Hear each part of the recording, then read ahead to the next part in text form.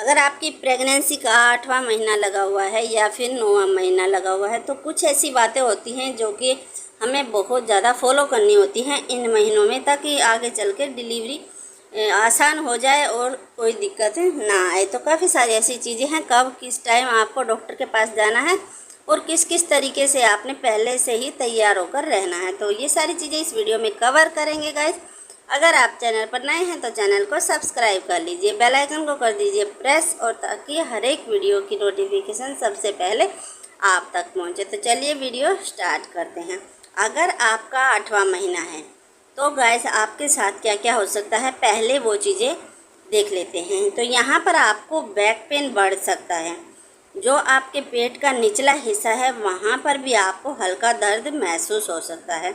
यहाँ पर आपको चेस्ट में बाहरीपन भी महसूस हो सकता है, क्योंकि यहाँ पर अभी जो टाइम आपका प्रेगनेंसी का है 8वां महीना, तो यहाँ पर बच्चे जो आपकी चेस्ट है उसमें दूध बनना स्टार्ट हो जाता है। इससे आपकी बॉडी में ना बाहरीपन आपको महसूस होता है। साथ ही साथ आपको बार बार यूरिन जाने की प्रॉब्लम भी हो सकती है। इन चीज़ों से आपको बिल्कुल भी नहीं घबराना है। उसके साथ क्या होता है कि गाइस जब आप 8वें महीने में की लास्ट में चले जाते हो तो वहाँ पर आपको हल्के दर्द आना भी शुरू हो सकते हैं, क्योंकि धीरे धीरे करके वही दर्द लेबर पेन में बदल जाते हैं। वो दर्द इसलिए हल्के हल्के दर्द इसीलिए होते हैं ताकि जो सर्विक्स है वो धीरे धीरे अपना मुंह खोलने लगे और वहाँ की जो मांसपेशियाँ हैं वो लचीली हो जाएं, ताकि बेबी को बाहर आने में कोई दिक्कत ना हो और आपकी जो डिलीवरी है वो नॉर्मल हो। तो ये सारी चीज़ें आपको 8वें महीने में फेस करनी पड़ सकती हैं। अब बात कर लेते हैं, अगर 9वां महीना लग गया है तो यहाँ पर भी ये सारी चीज़ें आपके साथ सेम टू सेम हो सकती हैं।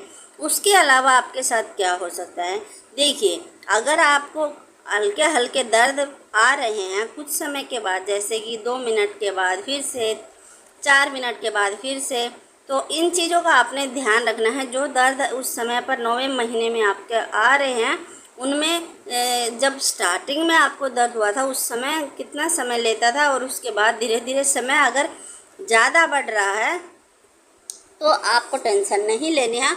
और अगर जल्दी जल्दी आ रहा है, पहले दर्द ज़्यादा समय लेता था और अब जल्दी जल्दी आ रहा है, तो यहाँ पर आपने ध्यान देना है, क्योंकि जो ये दर्द है ना यही दर्द आपका लेबर पेन बनेगा। और यहाँ पर जब आपको पेन आता है तो आप महसूस करेंगी पेट का जो निचला हिस्सा है वहाँ पर प्रेशर ज़्यादा पड़ेगा।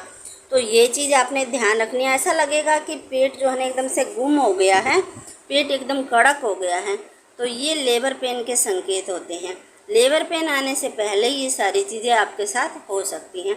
अगर आपको ऐसा लगे कि यहाँ पर हल्की हल्की ब्लीडिंग आपको नज़र आती है, या फिर आपको यूरिन जो है ना, यूरिन का जो रास्ता है वहाँ से आपको महसूस होता है कि कुछ गीला पदार्थ निकल रहा है, तो वो चीज़ भी आपने देखनी है। इन समय पर आपने बिल्कुल भी देरी नहीं करनी है, तुरंत ही डॉक्टर से बात करनी है और हॉस्पिटल जाना है। वहाँ पर अपने दिमाग को आप पहले से ही सेट कर लीजिए कि जो ये अभी पेन हो रहा है इससे 4 गुना 10 गुना ज़्यादा आपको पेन होगा, लेकिन वो कुछ घंटों के लिए होगा, 1 घंटा 2 घंटा 3 घंटा। किसी किसी लेडीज़ के साथ ऐसा होता है कि उन्हें लंबा समय झेलना पड़ता है लेबर पेन का, लेकिन किसी किसी के साथ बहुत ही जल्दी से हो जाता है। तो ऐसे आपने अपने दिमाग में सेट कर लेना, उसके बाद सारी चीज़ें नॉर्मल हो जाती हैं। जो आपका सिर दर्द होता है, जो पेट दर्द होता है, बैक पेन होता है, वोमिटिंग जैसा होता है, बार बार यूरिन जाने की प्रॉब्लम, जैसे ही बेबी बाहर आएगा ये सारी दिक्कतें एकदम से ख़त्म हो जाएंगी। तो ये चीज़ आप अपने माइंड में सेट कर लीजिए।